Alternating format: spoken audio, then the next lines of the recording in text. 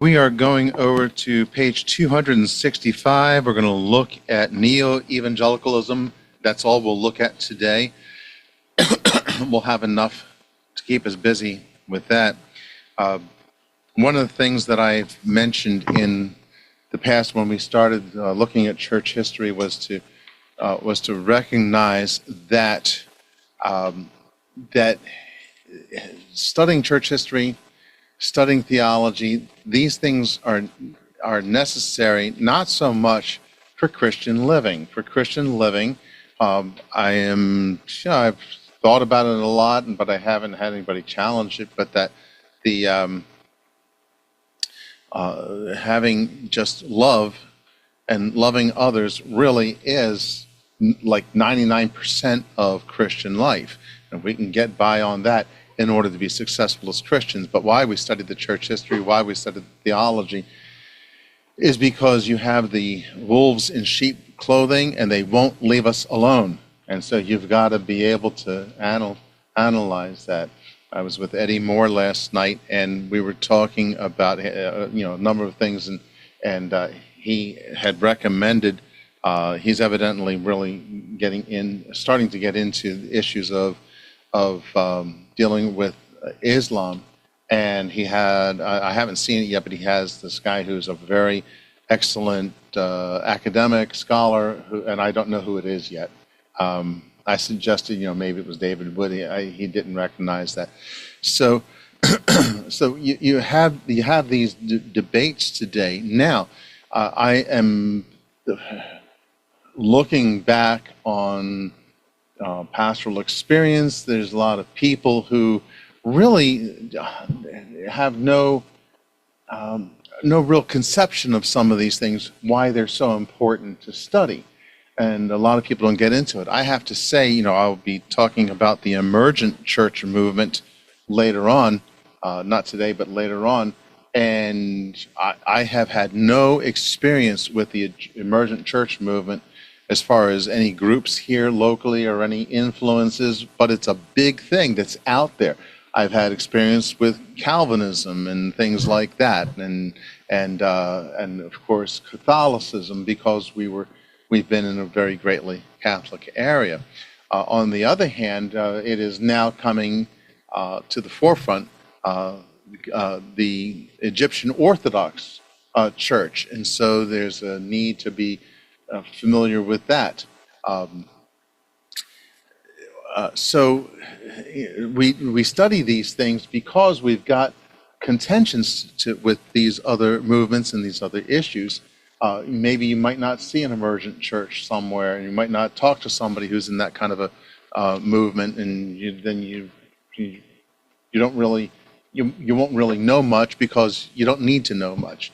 However, the point is there's an awful lot of people, an awful lot of Christians who are going to church and never really think about some of these things, never really necessarily contend with them. Now, are they being bad people for not contending with these things? Are they being bad Christians, immature or weak Christians, or lazy Christians? No, they just don't have. They don't necessarily have these things to bother them. So if you've ever been in that position where you didn't have to really be contending for the faith, that's very, very possible and very likely. But, and here's the but now, is that the issue of contending is not a small thing. If somebody doesn't have a whole lot of experience contending, fine. There are others that are. Okay, John Solomon is a point in question.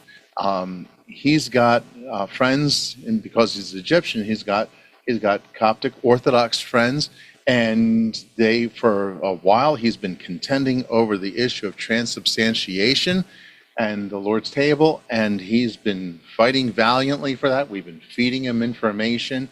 We've said, well, those that he's contending with are not serious because they won't come here and actually try to honestly understand things.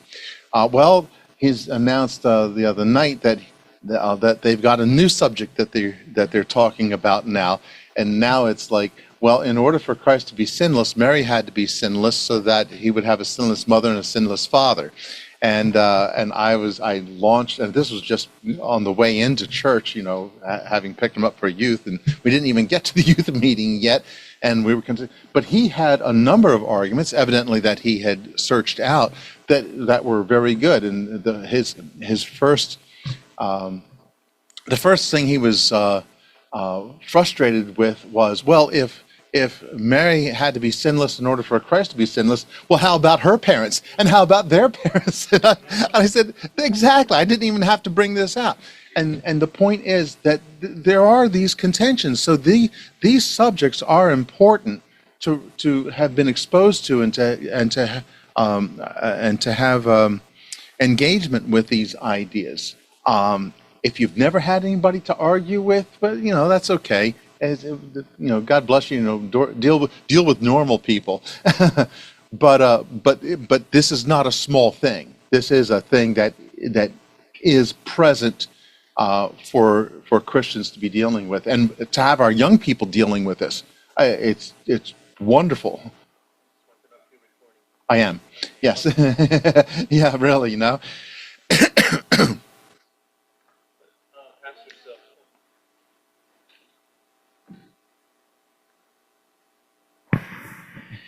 Is Jonathan is debating the same person mostly?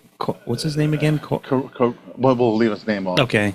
Yes, him. But there are some others also. I'm getting the idea, and Tony does the same thing online, and he'll be contending with these.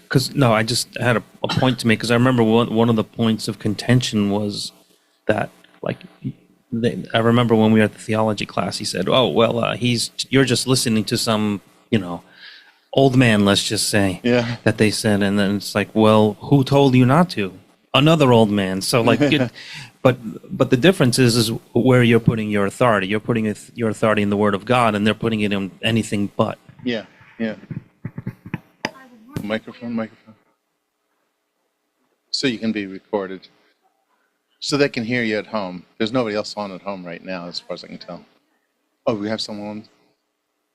Okay, yeah, go ahead. I was just wondering, because I recalled to mind when they said Mary was sinless in Luke chapter 1 and verse 47. She says, my spirit has rejoiced in God, my Savior. That was my line to him, yes.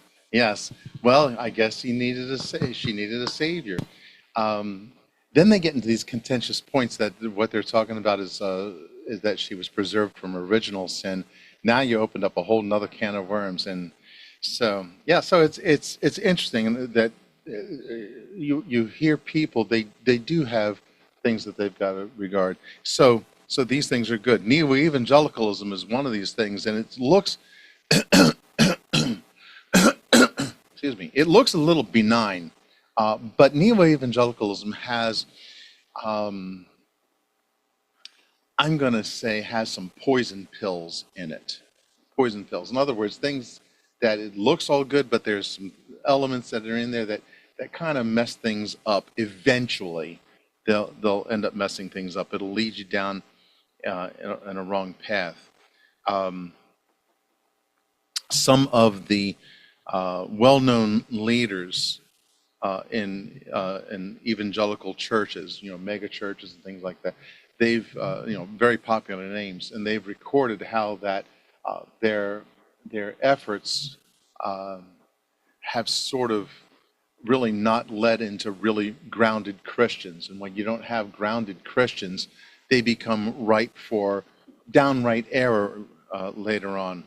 It's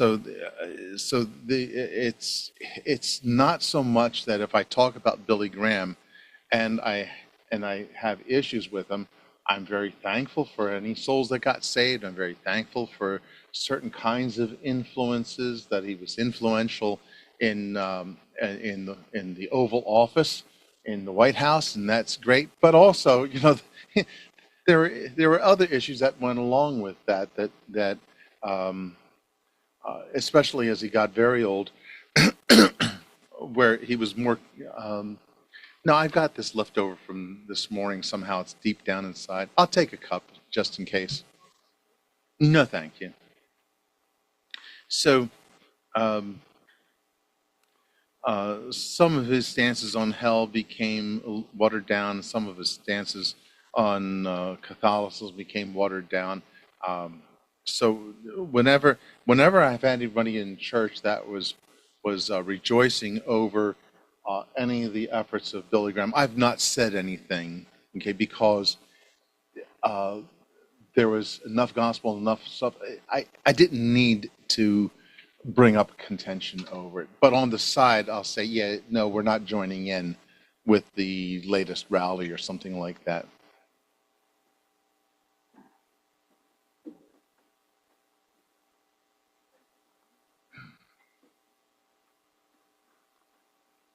Okay, so let's get into the things that we have problems with. I will say up front that if you look at a neo-evangelical statement of faith, it's really the same as ours, okay, except when it comes to the Bible, in ours we say KJV, okay, and we take a stand on that we're going to be King James only.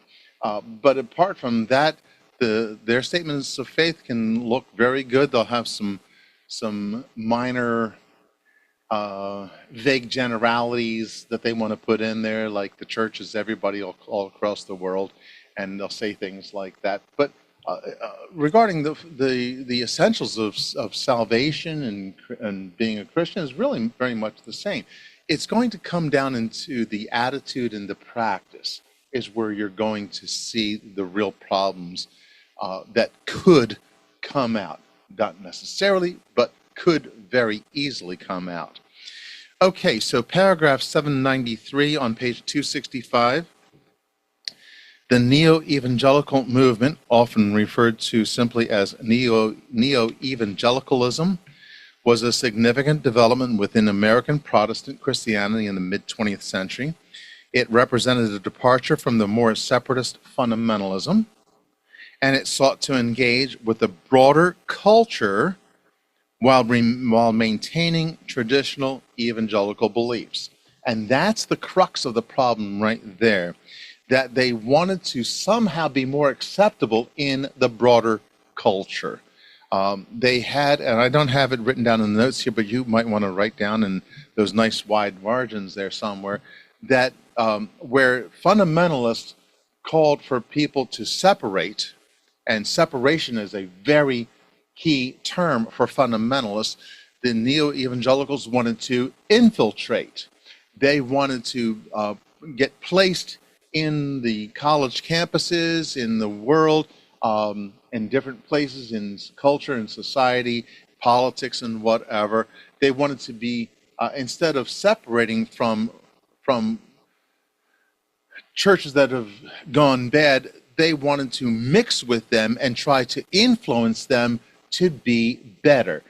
But if they're going to influence them to be better, they're only going to get them to be as better as they are, as the evangelicals are themselves, which means that they're not going to be, come up to total snuff. They're going to be compromised. The best they can get is a compromised position if they are in agreement with the neo-evangelicals. And by the way, we might say evangelical as easily as neo-evangelical, although it's been designated. There is a slight difference between neo-evangelicalism and evangelicalism. So neo-evangelicalism, in this first bullet point, emerged in the 40s and 50s with key leaders such as Harold John Ockenga, and when I first ever saw that, I thought, was that Okenga? Okay, no, I understand that it's been pronounced Ockenga. Carl F.H. Henry, and he is a very notable figure in good ways. Some of these are in good ways. And Billy Graham at the forefront. The movement was a response to what many perceived as the shortcomings of fundamentalism. Neo-evangelicals sought to emphasize the core theological beliefs of evangelicalism. Okay, that's what I said before, such as the authority of Scripture, the centrality of personal conversion, and a commitment to the gospel message. They were also concerned with the need for greater intellectual engagement and cultural relevance, often advocating for a cooperative orthodoxy that allowed for a diversity of theological perspectives within the evangelical fold. In other words, what they did was, instead of saying, let's separate and let's make sure of our fundamentalist stance and let's be very clear and have very clear division from the other theological quote-unquote traditions, which is a word I hate, they wanted to say, well, hey, we all have issues. We all have some possible error. We could do better. Let's learn from each other. Let's just get together. And this is the very thing that I complained about a few weeks ago about ecumenicalism, where you have to give up things in order to be cooperating, and which they did. Next bullet point on page 266 there, they were also concerned with the need, I just read that one. Neo-evangelicals held to the fundamentals of the faith, but were open to a wider range of theological positions than strict fundamentalists. They believed in the importance of engaging with secular scholarship and culture. Secular scholarship means those who are critical and skeptical of theology, not those who are coming to terms with and taking a stand on theology, seeking to bring a biblical perspective to bear on contemporary issues. So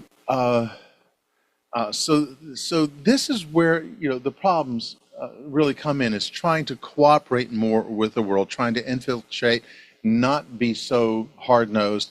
And personally, I say maybe you want to make sure you communicate your separation, you want to communicate your strict fundamentalism better. You want to be nicer about it, but you need to have that separation. I think some people might not be aware. I'm a very, very strict in my theology. I am very hard-nosed about things with doctrine and certain kinds of practices. And I've had people say, really, the other day, somebody was saying, oh no, I thought it was just very nice, your approach. I like the way things come. They were listening on Zoom. They're out further in the country, and they were attending some of our services. No, I thought you were, basically what he said was normal. Okay. I thought, well, I'll do something about that. Don't let me do that. Yeah, I want to be very normal about things. Okay. Just because we're not yelling so much and being very polemical and being very critical, just because we're not coming off that way doesn't mean that we aren't that way. Okay, there are some things that you don't hear me preach about, passages in the Bible, because I'm not sure how to handle them. It's the Word of God. Okay? But I'll guarantee this: anything that you hear in the pulpit is because I've looked at it and I've said, no, this is what it says and this is what it means, and we can prove it and we can do it by analysis. And so you're going to hear me be strong at times like that. So yeah, we are very. I am very much a separatist. Remind me about a CD in a moment or two when we get over to page 267. Go ahead, Brother Tone. Yeah. Yeah. What if I understand you correctly?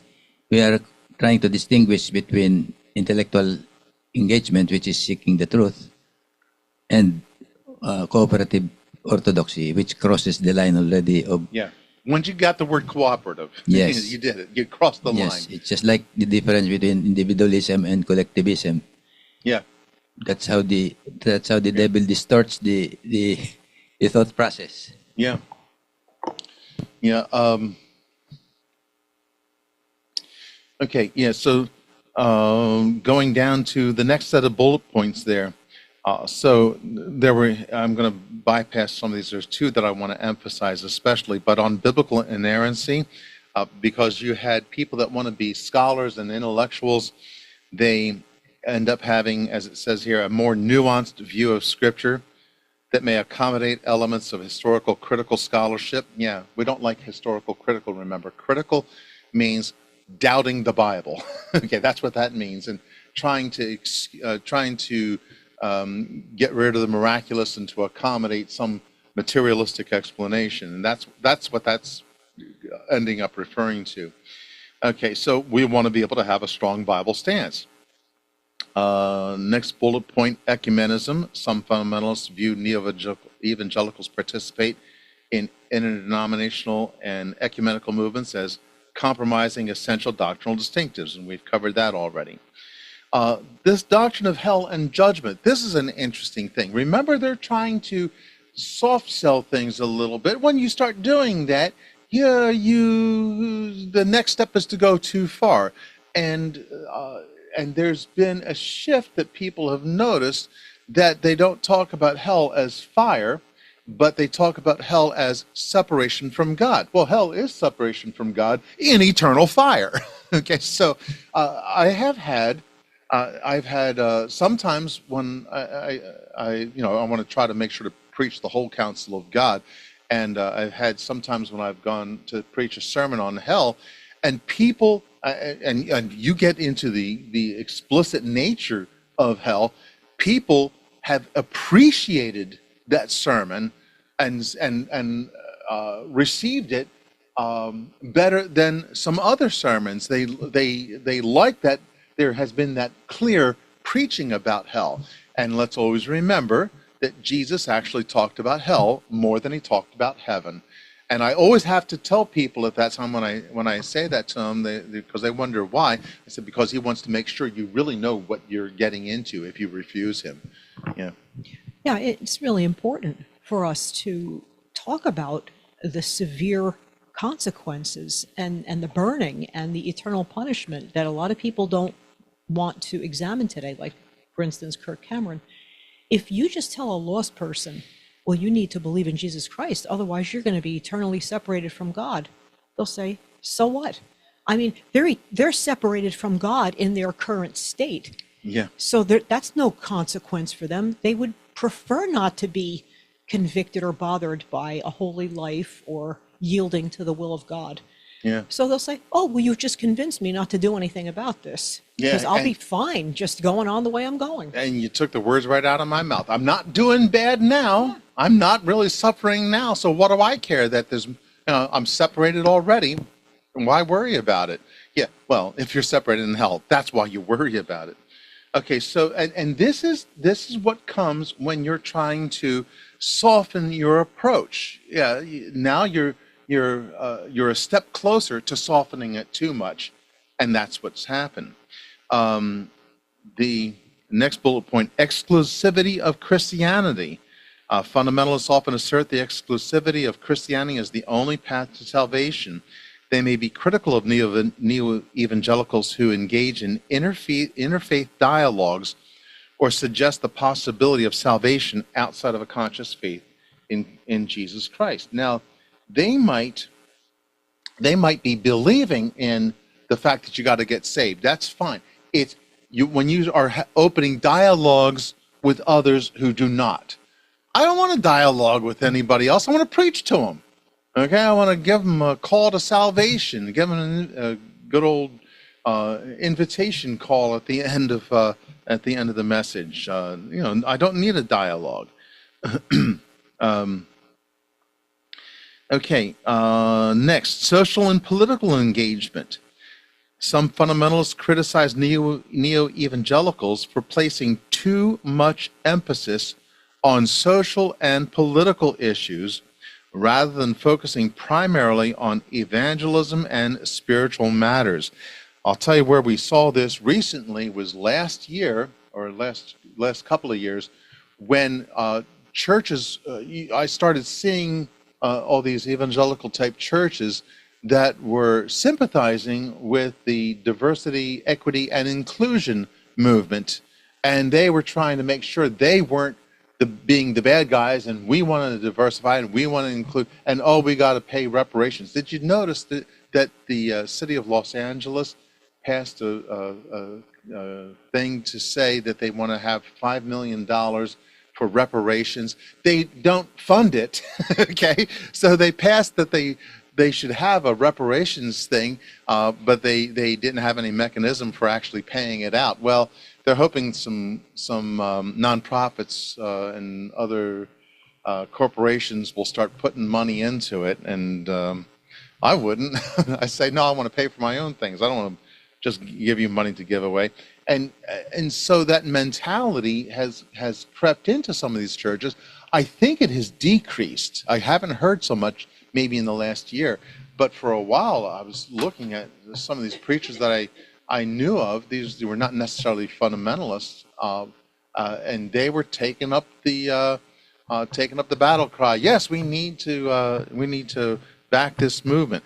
And then some of the like the Black Lives Matters movement people, okay, they've been brought up on fraud for embezzlement and all kinds of things. And it's like, okay, who'd have thunk it would have gone that way? You know, anybody who has eyes to see would be able to see it. So we, in fact, this is one thing that we'll get into some things maybe here on a Sunday afternoon, but I try to downplay it a little bit, if you've ever noticed that. Okay, I do try to keep it a little bit under. Certainly, when I'm preaching, you'll notice that I am not doing anything political. That I am, because to me the answer is Jesus Christ. Politics is not the answer. Okay, we need that world. God gave us that world. God gave us government, and that's for the world at large. But we are of the kingdom of God, and so our efforts are all channeled into promoting that kingdom and promoting the gospel.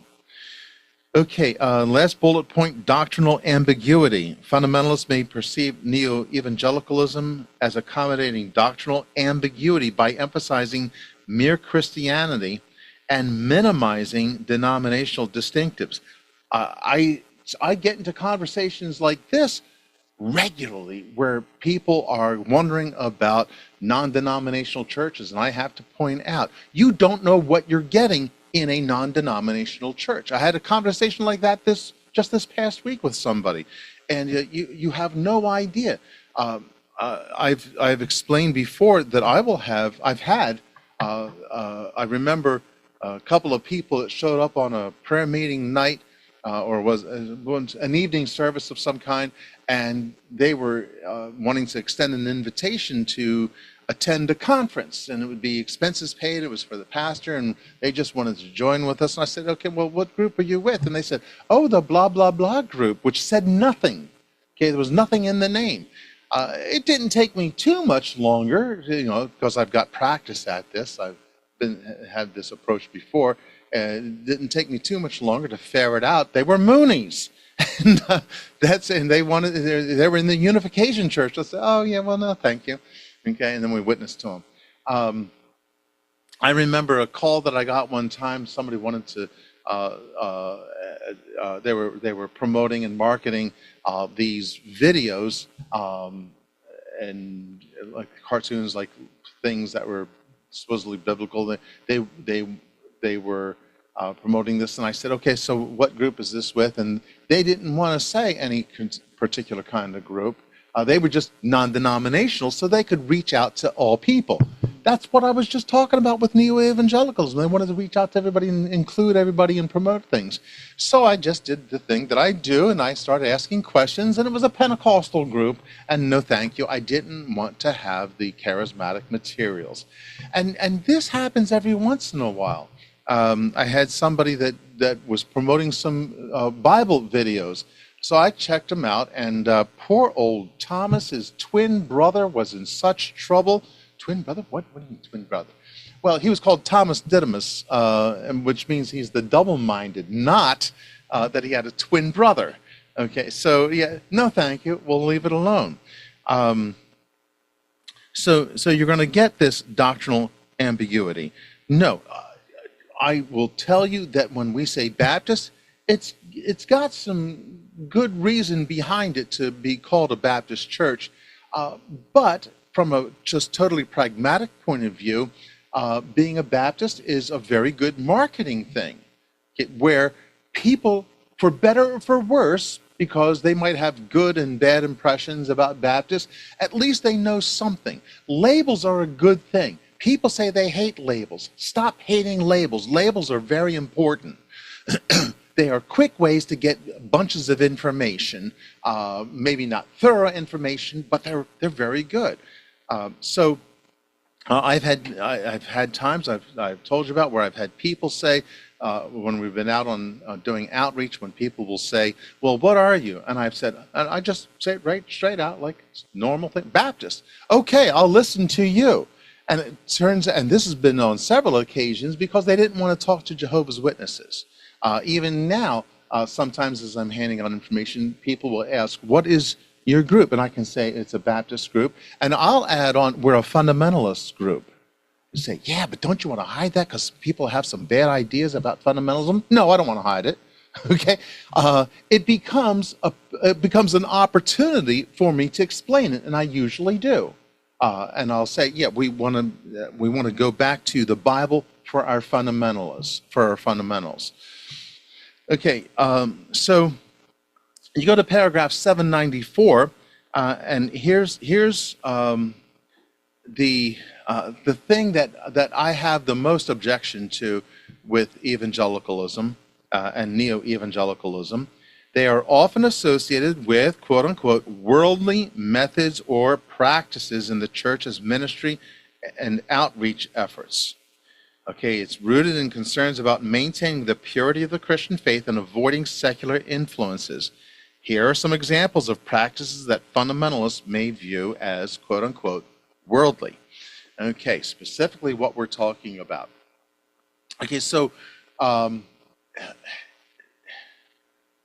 think the problems that come out are born of people genuinely trying to improve their service. They're trying to improve their presentation. They're trying to get the word out better. They want to overcome any objections. This is good, but you don't do it by lowering your standards. You do it by maintaining your standards without being ugly about it. As Pastor Horton used to say, "I'm King James only, but I'm not King James ugly." Okay, I'll give you the academic reasons why we're going to be with the King James version, but some people can get a little strange about their emphasis. Okay, so one of the first things that goes is the use of contemporary worship music. This is at the top of the page on 267. The use of contemporary Christian music styles is seen as a concession to secular popular culture. If you know stuff about I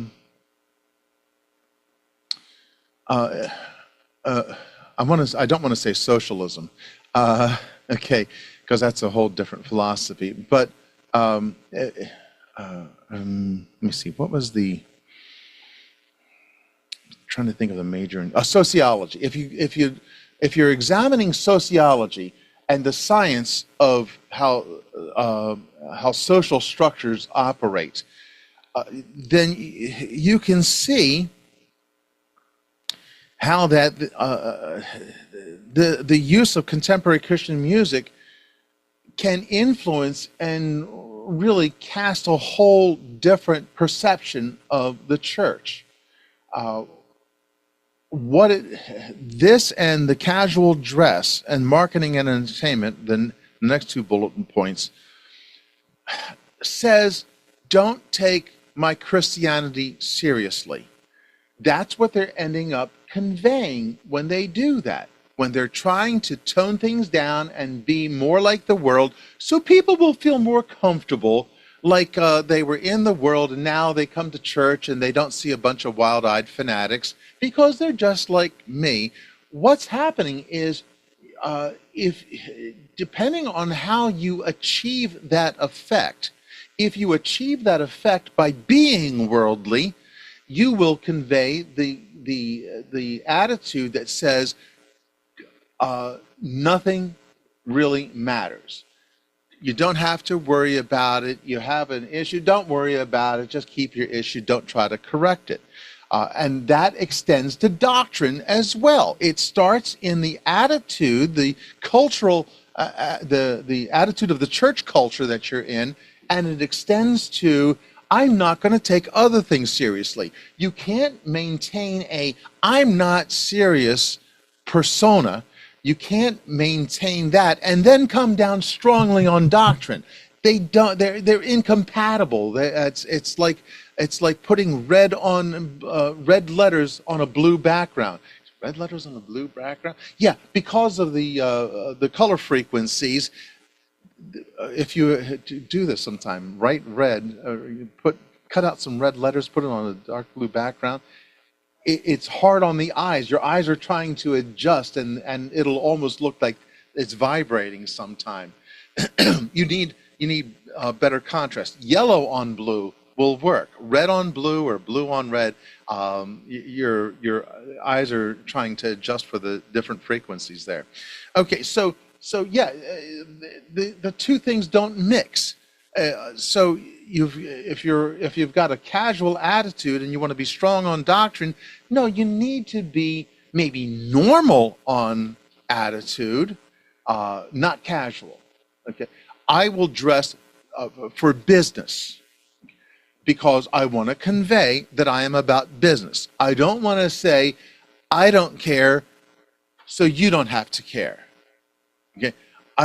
Now they think that they're saying, well, we're de-emphasizing our dress because that's not what gets you into heaven. Well, that might be true, but you're not overcoming the other attitude of lack of authority too. I've said this on numerous occasions, and it happens to me to this day. I wear a suit going into ShopRite, and I get different treatment from customers as well as employees, and I'm aware of this. So these are things that are borne out. So contemporary Christian music, CCM is the acronym for it. That's how you refer to these other churches. And one of the problems is somebody could say, well, are you against using modern music? Oh, no, I don't care about when the music was written. Number one, I want to be concerned about the style of the music, okay? Is it going to be promoting the world, or is it going to be promoting Christ? People are listening to the music primarily, firstly, as an entertainment thing. That's what's really going on in their minds. And I want to have more music. I would like to have people that were able to sing and to do things in church. I would love to have a choir, and I would get them all dressed up in choir robes and everything and go, the whole 9 yards and everything like that. But that doesn't mean we're going to compromise the music standard to emulate the world. As I have said not too long ago, recently, I was saying, I don't know which is worse, the fact that they're using rock music in a church or the fact that they're using bad rock. And by bad rock, I mean they're not very professional, okay? And their music sort of sounds like rock, and it's insipid, it's weak, it's not very melodic, it sounds like other stuff. So I don't know which is worse, the bad quality or the fact that it's rock. Well, both are bad. In fact, the rock beat is the thing that we're avoiding. And I've got teenagers that are coming up right now and asking me about this, and I've not brought it up. They've asked me about it. They're concerned. They want to make sure to be separated in their lives about this. Being music written in this time period is fine. But it's going to have that music standard. Secondly, let's say it was by a CCM artist that was being written currently, and let's say it did meet the musical standard. Our policy is not to use it, even if it is musically good, as far as our standard is concerned, the fact that it is associated with, I'm almost want to name names, but I'm going to avoid doing it, because it's associated with people who have a bunch of personal problems and worldly problems in their life. I don't want to be associated with that, because what I will get, I'll guarantee you, is you allowed this, why don't you allow this also? Okay. Now, some of the hymns in our hymnal, you'll see that were written by people like Francis of Assisi, and Joe was leading, what was the song, the Beethoven tune? Joyful, Joyful. And I went up to Joe and I said, skip the last verse. And most often I forget to do that. And other times we've said, oh yeah, forgot that part. Because the last verse promotes the brotherhood of man and the fatherhood of God. No, we're not all brothers, okay? The third verse actually has a little bit. John Randall, who gives us the computer music that we're currently using, they're getting ready to write a new hymnal, and I'm looking forward to it very much. And they're going to take it from a fundamentals background, and so he asked me my opinion was would I be interested in this. I said, oh yeah, I'm very interested in this. I said, John, could you do some things also? Could you change the words of some of the hymns? And he was onto it already. Okay, and to correct things, and you can do that. Some of the verses that we sing in church here is not as the hymns were originally written. Authors are able to do that. You can write new verses for hymns and things of that sort. So music becomes an introit into ecumenism or sloppiness or association with people who are having distinct problems. Some of these things like Hillsong, and I can't remember to quote exactly what the problems were, but some of their leaders were in some big personal sin errors and things like that. And it's these people that are promoting a one world mentality through their music.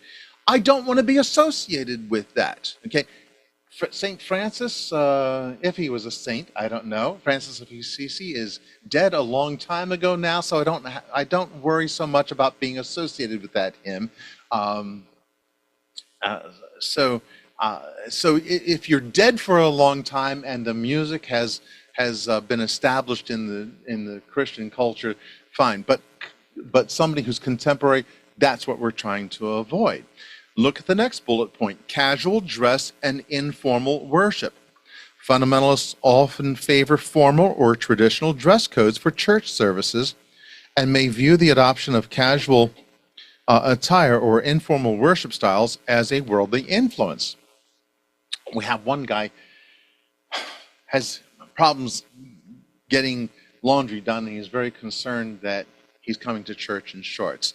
And I said, well, it's better than coming to church not in shorts. So I said, yeah, put the shorts on. But this reflects, people's, desire to have a good attitude. And I know where a lot of people are coming from and what they're contending with. I'm not going to stand up in the pulpit and say, you guys ought to have shirt and tie on. Well, I think we should. Okay, and one of the policies I actually have, and I only say this to speakers as they come in, is you have to have a jacket and tie to get behind the pulpit, and that's because I want to say this is a standard that we want to set.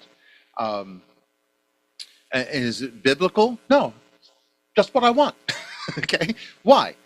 Because we want to have more of a professional aspect. Because again, when you're trying to say, okay, we're all casual, look, I'm dressing down, you're communicating that you're not to be taken seriously. And then you want to try to be taken seriously. No, communication is done on many levels. Okay, how we dress does communicate something. Now, if you've got no sense of style, oh well, try real hard, okay? But don't go for the idea that it doesn't matter.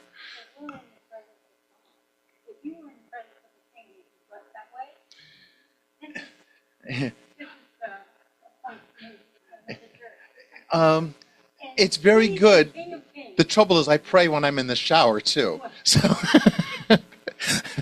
okay, so yeah, but seriously, we should make a big deal of church. Now, I'm not going to ask everybody to come in tuxedos and evening gowns. Okay, we're not going to do something like that.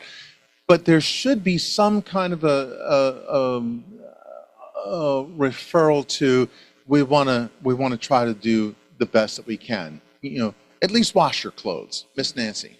Yeah, I think the best we can is a good rule of thumb, because we don't expect everybody who comes to church, particularly visitors, to feel uncomfortable if everybody around them is dressed to the nines, and they're going to feel like, I don't belong, I stick out. But at least people in leadership should have like a higher standard that they aspire to. That way, you subtly are trying to bring people along and bring them up. Yeah. But not to make it like a mandatory thing, because there are churches that do that, and then they get criticized for majoring on the minors or being legalists. But just like you have parents and children, the children are going to carefully watch their parents, and they usually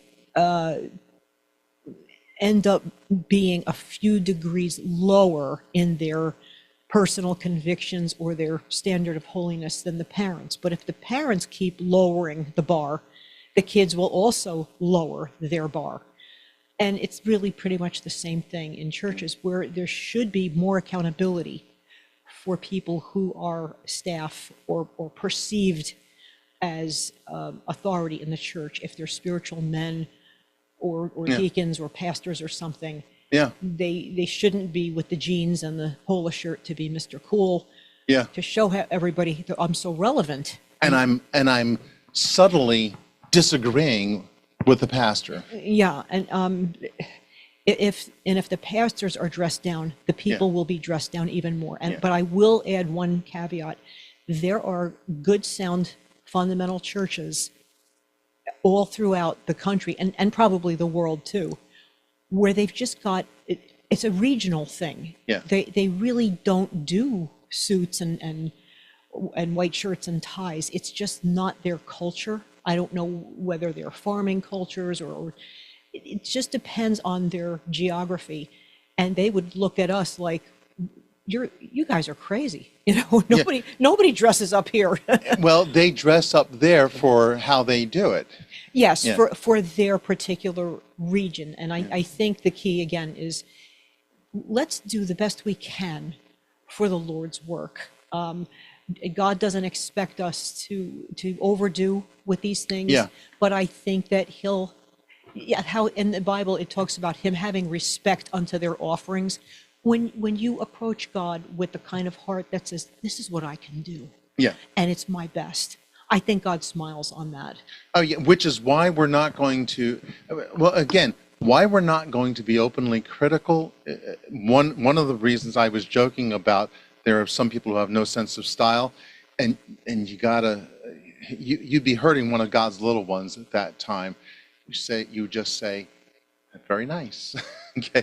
And if they don't know how to match a tie with their shirt, and they don't have a good wife to tell them, about which tie is best and things like that, you take it because you can tell what their attitude is. And I think it's like Philippine Independence Day. Is that in May? No. In June, okay. And when we had more Filipino guys in the church, I got myself a barong Tagalog, and we all wore these barong Tagalogs for the day. You had 7 or 8 of us in those shirts, Because we celebrated Philippine-American Friendship Day. Oh, even better. There's no tie on that shirt, is there? Okay. And there's a history behind why that shirt is the way that it is. Sure, go ahead. We should remember that you said a while ago that our citizenship is in heaven, and Paul said we are ambassadors here on earth for Christ. Yeah. And therefore, as ambassadors, we should dress according to our dress code in heaven, which is appearing formal before the before the king's court. And when we appear before others court here, we also represent our people. Yeah. Oh, And- go ahead. Go ahead. Finish that up, and Yeah, I'm and going to then- make a remark about the court. Yeah. Yeah, and then if we can our language likewise should be diplomatic, not necessarily compromising, but in a way that is pleasing and would reflect the kind of love that Jesus has for everyone. Yeah. Yeah. I will tell you, there are several times I'm going over the Sunday morning message. I want to get my arguments straight. I want to have my illustrations correct. Because when I do illustrations, sometimes I shortchange them if I'm too extemporaneous. So I'm going to try to, watch my communication for that. I'm going to swap out words and saying, here's a better word, here's a better way of saying it. Well, we want to be careful about the rest of our communications as well. And it's really everything about us, our behavior, our attitude, the looks on our faces. We want to be careful with the fact that we are continually trying to influence others for Christ. Okay, we're going to have that attitude. You go to courts here today, okay, go visit a court in progress, and how you dress in court, you will get a lecture if you are not dressed appropriately, especially if it's Judge Judy. Yeah, and I've seen people, that are that have the appearance of the popular gang culture or whatever, and they'll put on a shirt and tie to appear in front of that judge. This is a thing that's distinctly important. Okay, so if you have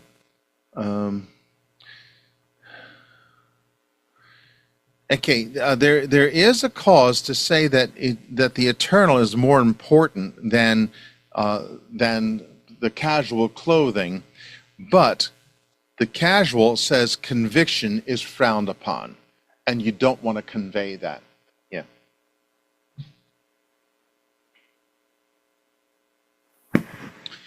Yeah, I just as a kind of an illustration, I remember back when we had the town fair that was more extensive, like maybe from all the way up down to downtown. And I remember after service, because it was on Sunday afternoon, I went out and I just brought a bunch of tracks with me, and I didn't change, so I was still wearing my suit from Sunday. And I tell you, the attitude in taking the tracks was so different. People were just they were very respectful, and everybody was looked more inclined to take than not. Wow, that is significant. Yes. Oh yeah. So these other people, it's their knee-jerk reaction that says, "Oh, no, I don't want to be special." Yeah, well, you've just conveyed that. You succeeded in saying that there's nothing special about it. I get asked with a great frequency when I'm talking to especially, it'll be men and women more so, that are concerned, I don't have good enough clothes for church. And I'll say, well, when it comes to clothes, again, my line, please do wear some. And and then I'll add on, of course, it should be modest as well, and whatever. But this is not a small issue. This is, it happens. It might not be a great issue inherently, but the frequency of this issue makes it something that's significant. Yeah. Growing up, we had certain clothes that were church clothes. Yeah. Yeah. And I still do. I still have things that I don't wear every day, and they're church clothes. They're a little bit nicer. Yeah. Yeah. Something that's appealing. Not bad. Yes, Miss Donna. And I think Miss Wilma might have mentioned this before, but way back in the day, it was you're coming to God's house, and that's showing respect and honoring God, to wear your Sunday best. Yeah. Let me move on to some of the more of these things. Marketing and entertainment. Okay. How you present the church, how you market the church. You want to be careful how that's done. Let me drop down to the second to the last bullet point. Popular culture engagement. Fundamentalists may object to the incorporation of elements from popular culture, such as references to movies, music, or celebrities into sermons or church events. Now, if you'll take note, there are times when I might quote a secular song or a popular song. If you look at how I'm doing that, I do that with the intention of conveying irony, to say even they get this.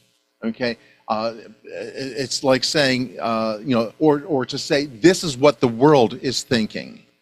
And it's not a question of saying, well, this song by the Beatles, Imagine, just goes so well with how we ought to have a sense of love and peace.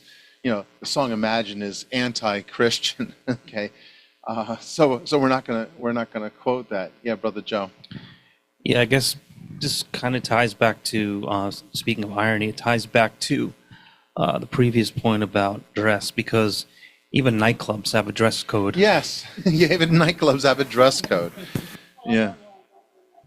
Well, from what you've heard. People going in, they're all dressed alike. Yeah, Miss Nancy, yes. Yeah, to the point that even they get it. You'll always see Jehovah's Witnesses Yeah. dressed to the nines with their leather briefcases, and they're going around trying to tell people and convince them that Jesus Christ is not God Almighty. And here we are trying to get people to see that he is.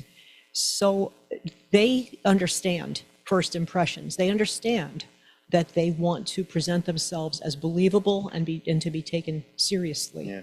So how much more we who have and know the truth, and we're trying to get the message out, we should be really careful. Yeah. And we are not saying that appearance is primary. We're saying it's significant. There's a difference. Okay, primary, you can make it idolatry and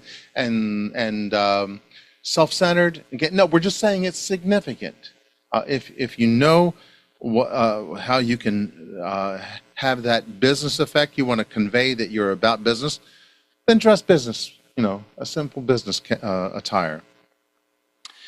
Okay, let me see. Secular management practices in church administration. Some fundamentalists may oppose the adoption of secular management practices such as business models or corporate leadership strategies, which they perceive as worldly and inconsistent with the biblical model of church leadership. And this is not as harsh a point, but you can get to where churches want to be. A church could get to a point where they want to be so professional that professionalism takes over. For instance, I remember years ago at a very nice televised service, that would appear. I won't say which church it was. It was a fundamentalist church, but they had the singing group up there, and the men were dressed nicely. They were dressed alike, and the ladies had nice attire that went with the ensemble, and they would have them singing, and they would hold their microphones just so. There's no problem with that. They got to be heard and stuff. But then the men would have a part that they were singing by themselves, and all the ladies in the group simultaneously turned to watch the men.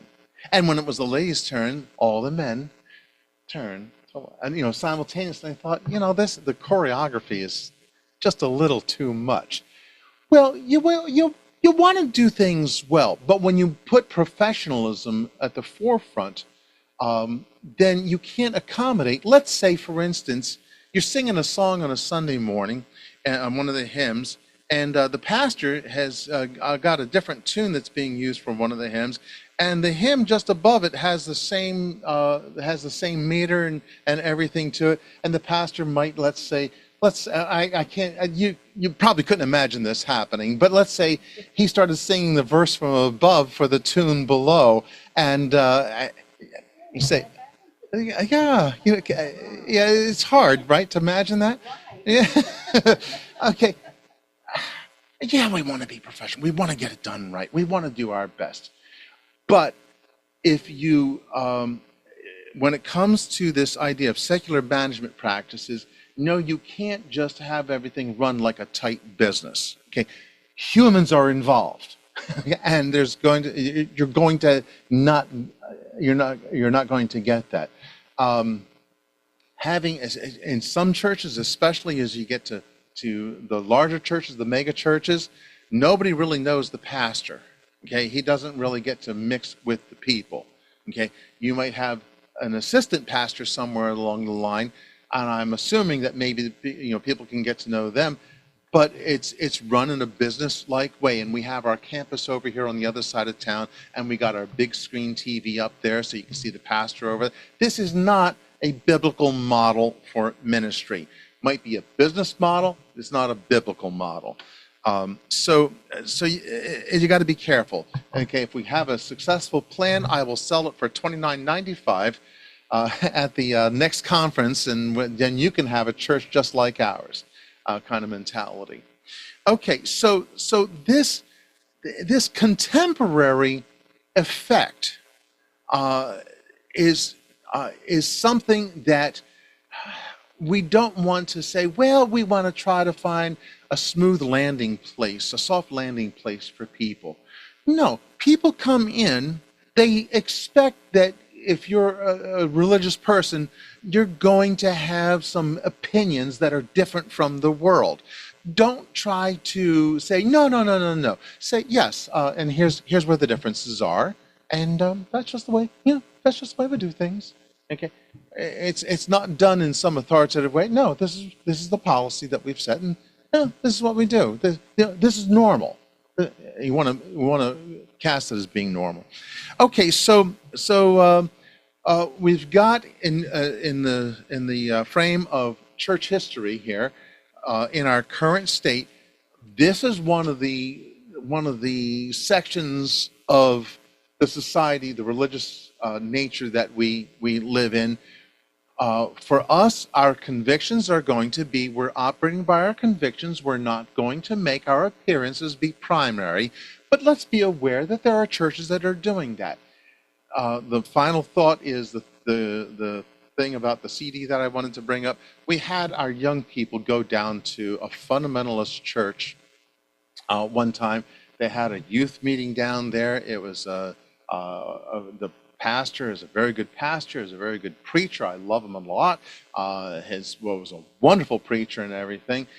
But they somehow had this contemporary Christian music that was in their church, and they were sending the kids home with a CD that they made up. I wonder if they broke any copyright laws to begin with, and they had on there music that was even more extreme than just simple CCM music, and they were sending these CDs home as prizes or gifts for the kids.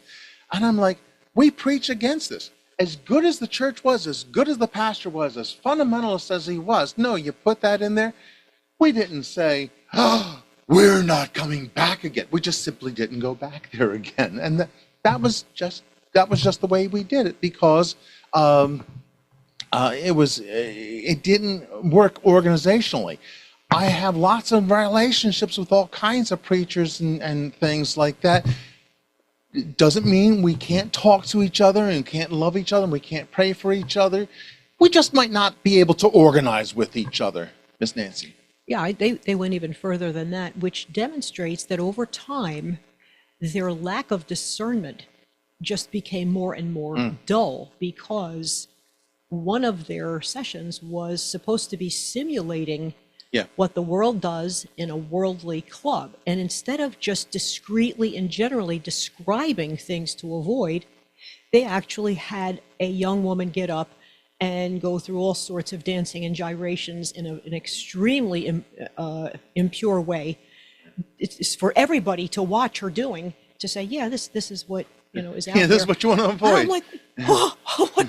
And it was so inappropriate. It was so inappropriate, and it boggles the mind that the youth pastor who put this event on would not have had better sense. Now, the pastor had been away, and he did not know about any of this or what transpired until we made But he him. didn't disapprove of it either. Yeah. Well, Yeah. I don't remember how I wasn't there to see his response, but the point is, if you've gotten to that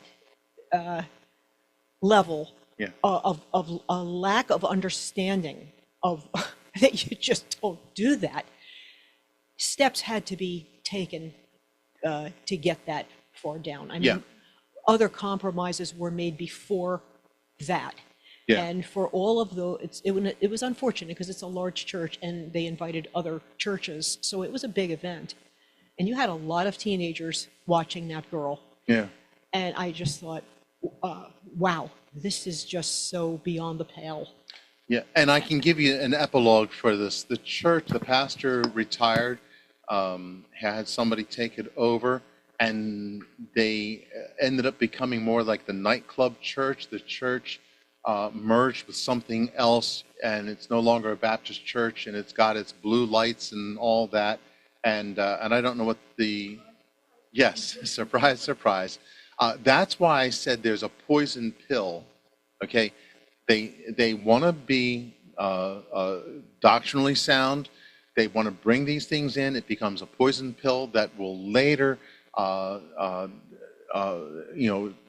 its effect on the church later on. And we've known of other churches where the same thing has happened.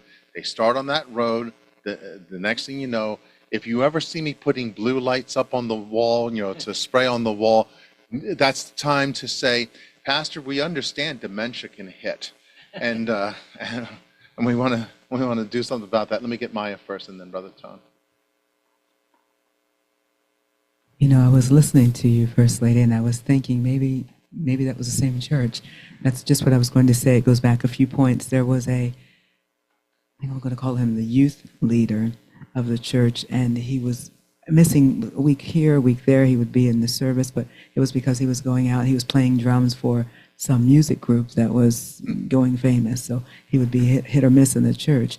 And, that's the same person that was leading as the praise and worship leader.